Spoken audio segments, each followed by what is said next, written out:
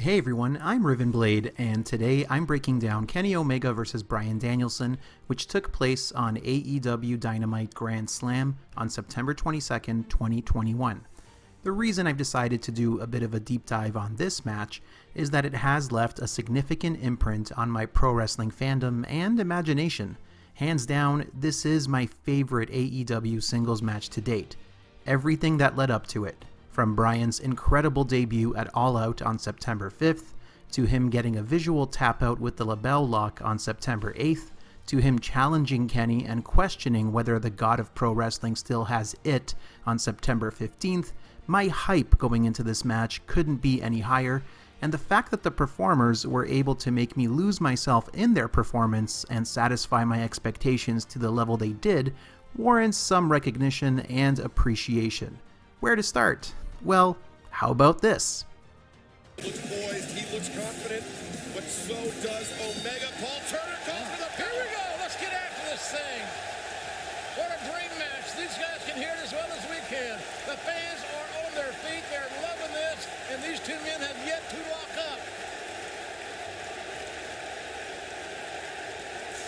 My God, what anticipation. New York is AEW country, you can hear it. The setting is grand and the atmosphere electric. 20,000 screaming fans at Arthur Ashe Stadium, all hungry to witness history as a promised dream match is suddenly made manifest before their eyes. Bryan Danielson reclaiming his title as the American Dragon, seeking to prove that he can hang with the best in his new surroundings, taking on Kenny Omega, the best belt machine, the god of pro wrestling, the AEW champion, perhaps himself wanting to prove to others, and more importantly to himself, that his epithets are more than just empty words. As the bell rings and the two men soak in the cheers, Danielson cannot hide his joy at being back in a wrestling ring with fewer limitations than he's had in years. But he quickly gets into the zone to match the poise and cool-faced composure of Omega, and we're off to the races.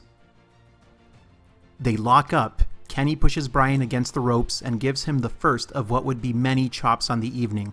They tussle a bit more, go to the opposite rope, and Danielson gives him a kick, sending Kenny sprawling to the mat.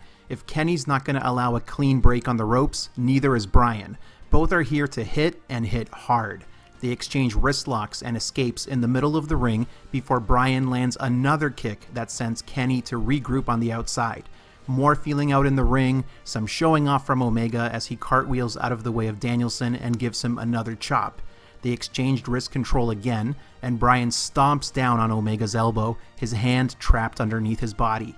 Danielson alternates between chops and kicks in the corners. Jim Ross is hyped up, calling Bryan's offense hard and thunderous.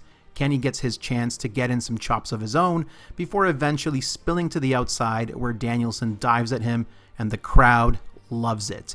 Danielson pushes Omega's shoulder into the ring post, and Excalibur reminds us that Bryan targeting Kenny's arm like this is all in service of the LeBell Lock. Bryan continues targeting Kenny's arm back in the ring, attacking it with a knee off the top rope and by giving his elbow another stomp.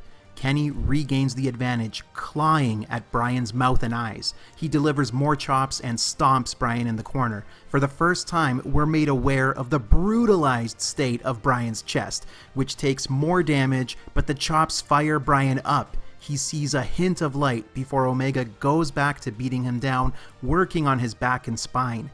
Kenny goes for the "you can't escape," but Bryan gets his knees up to shift the momentum. The crowd comes alive even more as Bryan hits his trademark flip off the top turnbuckle, bounces off the ropes, and hits a hammering clothesline.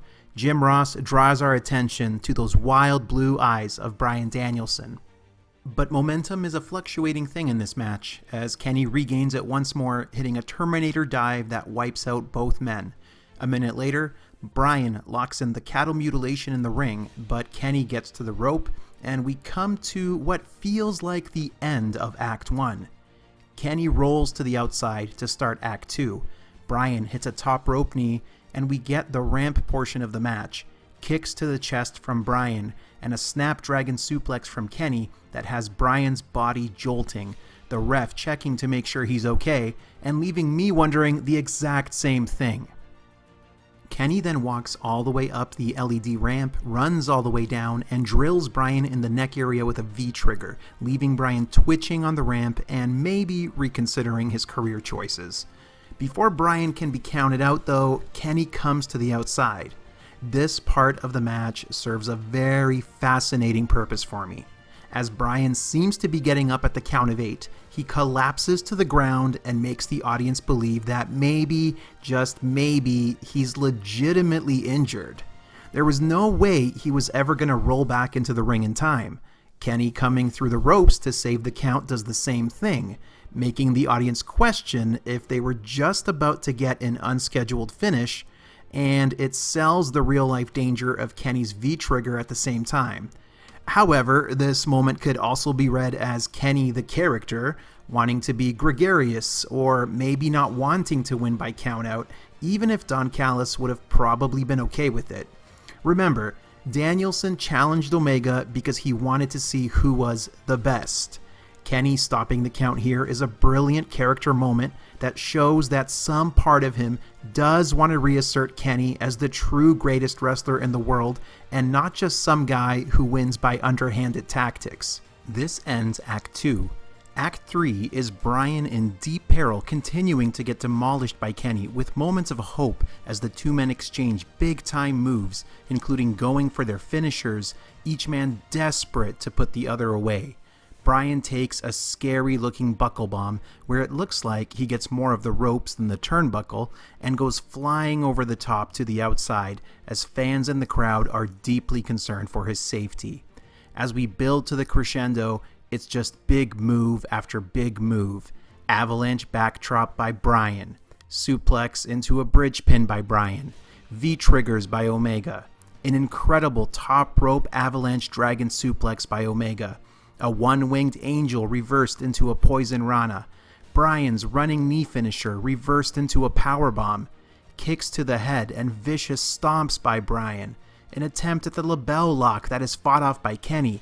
And then, with Excalibur telling us there are only 45 seconds left, the two warriors are down on their knees exchanging headbutts before getting up and continuing to strike at each other as the bell rings, signaling a time limit draw, neither man capable of putting the other away in 30 minutes of battle. Just pitch-perfect professional wrestling. Two things I loved about this match. Number one, the pacing. I divided it into 3 acts, the first being the feeling out process, the second being the portion where real damage was done to change the complexion of the match on the outside, and the third where both men traded big moves and vicious strikes desperate for victory. Number 2, 0 finishers were successfully hit or applied in this match.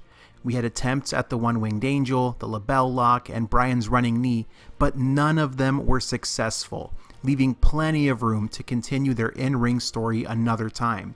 To sum up, this match felt like the first chapter in what will hopefully become an epic series of matches between these two men. I don't care if it's next month or next year. We need to see Kenny Omega versus Bryan Danielson again, and hopefully again, and I am confident we probably will. They delivered on the promise of a dramatic dream match, and they left fans starving for more. At the end of the day, what more is there? For 30 minutes, I believed in Bryan Danielson's peril and pain. I believed that Kenny Omega was a pro wrestling god.